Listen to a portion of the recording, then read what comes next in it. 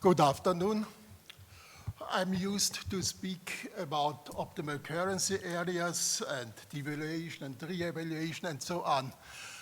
This time I will speak about some more important. I will speak about nation and about democracy. And I think my conclusions will be rather similar to those of Monsieur Chenard. Intellectuals were the true janissaries of nationalistic chauvinism in the early 20th century. Today, liberal intellectuals are almost unanimously embittered enemies of the nation and fervent partisans of the supranational state, the empire. I argue that the nation evolved out of the fusion of the idea of people's sovereignty with the need of social integration at a wider, supra-regional scale. Today, the political scene bears some similarity to those of the great clash in the early 20th century. The crisis of the income distribution, the financial crisis, and the euro crisis are the background. This time, however, the elites have chosen another strategy, the supranational one, the global one. The question of the nation and, on the other side, of the supranational bureaucratic empire is once again a core issue of emancipatory politics. Since Plato drafted his Republic, intellectuals were ambitious to be kings. They wanted to dominate society. In the dark ages of European feudalism, however, their role was extremely a small one. As monks and priests, they gave support to conflicting elite factions. Only in the age of enlightenment, they claimed a new role for their own strata and for the class they represented. People's sovereignty was a promising tool in the ideological contest, in the struggle not only for dominance, but also for hegemony. In the upcoming complex society, only those could claim legitimacy who credibly would claim to represent the people, the historical strata standing for cultural, technical, economical, and social progress. But who was the people? Surely this was a bounded collectivity, but to determine the boundaries of this collective was a tricky affair. Locke, Hobbes, Rousseau did not even consider this basic issue of the boundaries.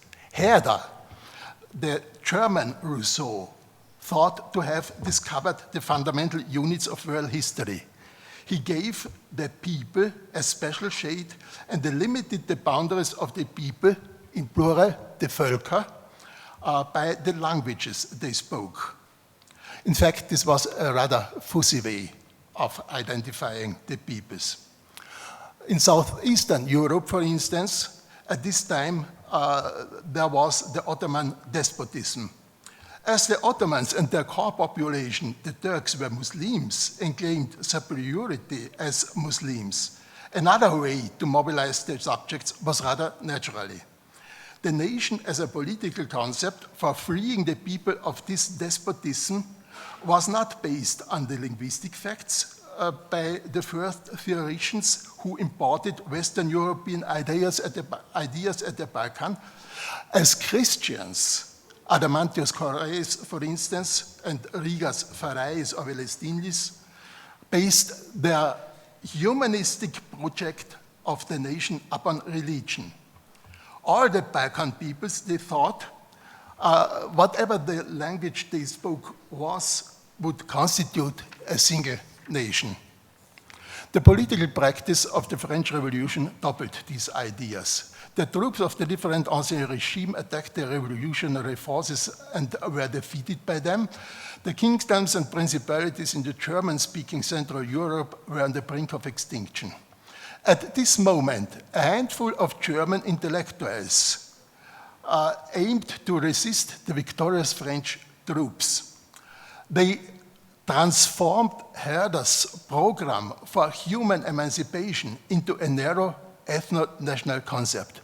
Fichte and Jahn successfully gave this progressive project a decidedly reactionary taint. Since that time, we speak of the German approach to the nation, to nationalism, and identify it as a conservative one. It was this framing of the nation which was accepted by most of the intellectuals at the end of the 19th and the start of the 20th century. After the Prussian-French War and the defeat of France, Maurice Barrès and a generation later, Charles Maurras, embraced wholeheartedly this German version of the national idea.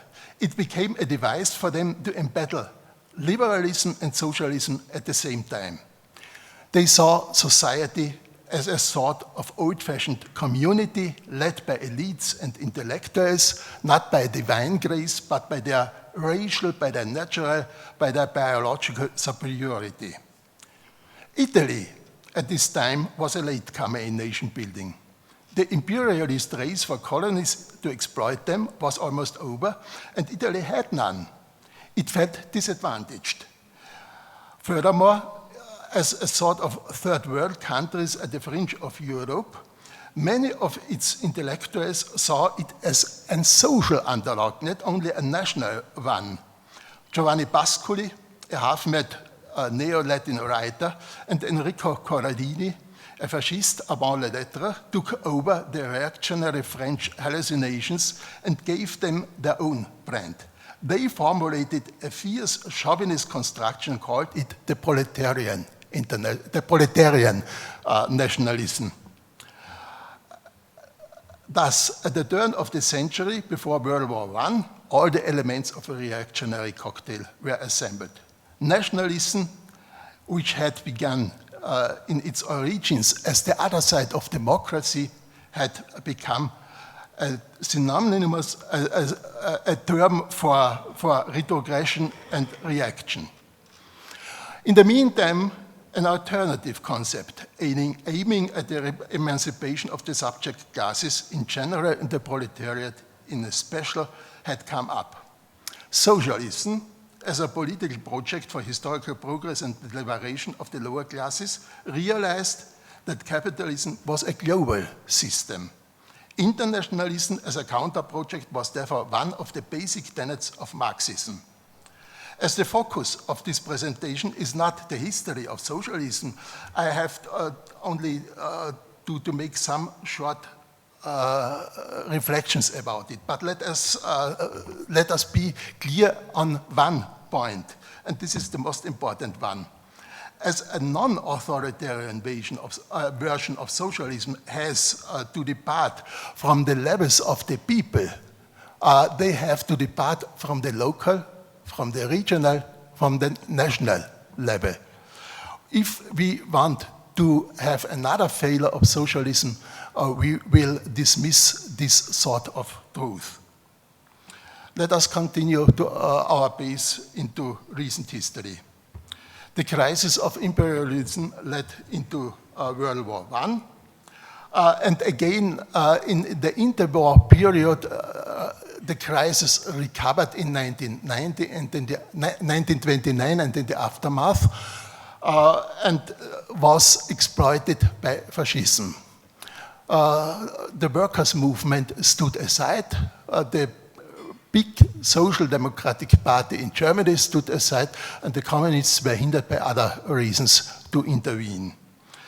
After World War II, the political elites and their organic intellectuals, as Antonio Gramsci would say, used the new state, the new welfare state, to integrate the lower classes, and they had success in a manner which socialists would never have dreamed of. However, this strategy was costly. Let us perhaps have a look at one point in the interwar period.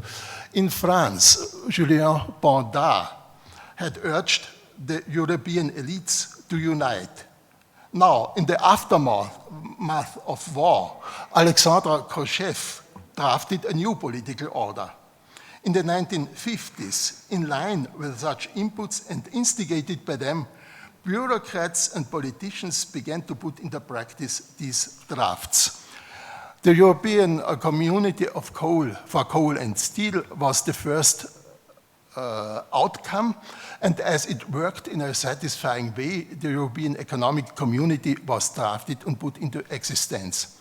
The former nationalist intellectuals soon realized that there were new chances for them, so they became internationalist, almost without exception and almost independent of their wider allegiance as liberals, as conservatives, as social democrats, and later on as green alternatives.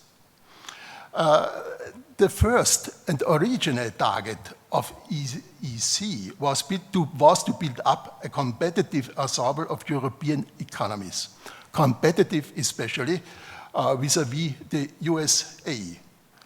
And at the same time, they wanted to tame German national imperialism. This project we can call ultra-imperialism.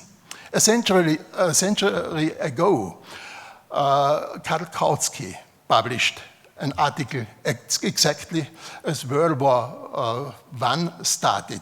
He spoke of ultra-imperialism as a new possible peaceful way of capitalism. National capitalist classes would join under one common imperialist umbrella, but unfortunately at the same time World War I broke out. So it was an easy way for Lenin to write rather scornfully Kautsky. Indeed, Kautsky had not understood that to come to such an ultra-imperialist corporation, there was need for a common state or something very similar to a common state. Ultra-imperialism has become reality in Europe. It is embodied in a state which has retained the semblance of states also for its member constituents.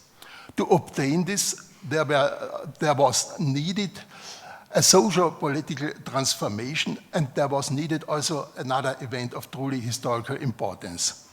In Western Europe, the welfare state had reached what reformist socialists were dreaming of, the integration of the lower classes. However, as I said before, this was a costly affair. For the first time in history, income distribution became a bit more equal, and the working classes and their dependents had some benefits. The upper classes became dissatisfied of this. They started a rollback. This needed the rebuilding of the political system. General enfranchisement was instituted at the end of World War I and in a more general fashion at the end of World War II. So populations became more demanding, and as they became demanding, the costs are raised for the elites. The solution to these problems for them was simple and yet genial. Political decisions had to be taken at a level where the population had no influence, by a body which was independent of national populations. EU, with the European Court and the Commission as a government, was devised. As this proved insufficient, the monetary union with ECB as the ruling body was added. Now we are at the heart of the issue. This was made possible by the breakdown of the USSR and its allies in Eastern Europe. But not only USSR breakdown. In Western Europe, the left followed suit. Its most influential parties and organizations had seen their guide in the Soviet Union and its political strategy. The other smaller groups had not much influence. the scarce rests of the groups and organizations independent of Soviet communism were reduced to intellectual circles or worse, to political sectarianism. In 2008, the financial crisis first, then the euro crisis started ravaging especially the peripheral societies of Europe, the southern and the eastern fringe of the continent. After some trials and errors, this stimulated a new era of left politics. In some countries, in Greece for instance, parties with roots in the classical, the proletarian left came to the fore. In other areas, in Italy, a new and fascinating development stimulated some sort of a plebeian left. I'm speaking of Movimento Cinque Stelle. Nevertheless, a political debate on the left popped up. One of the main issues is the core argument, the question of the supranational and the future role of the nation state in Europe. Unfortunately, the majority, for instance, of Syriza, of the German party Die Linke, but also of Spain's Podemos, have illusions called social Europe. I think it is almost ridiculous.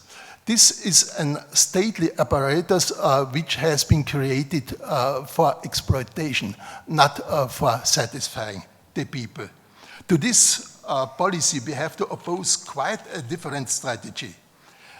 But if we have to have a dim chance to come to such policies, we have to restructure Europe. Renationalization, going back from this oppressive apparatus to the national state as a space for an alternative politics is an indispensable first step. Only in this space we can restart the debate for new internationalism, for new forms of international cooperations, for a new political agenda in the general, for perhaps also for a socialist future.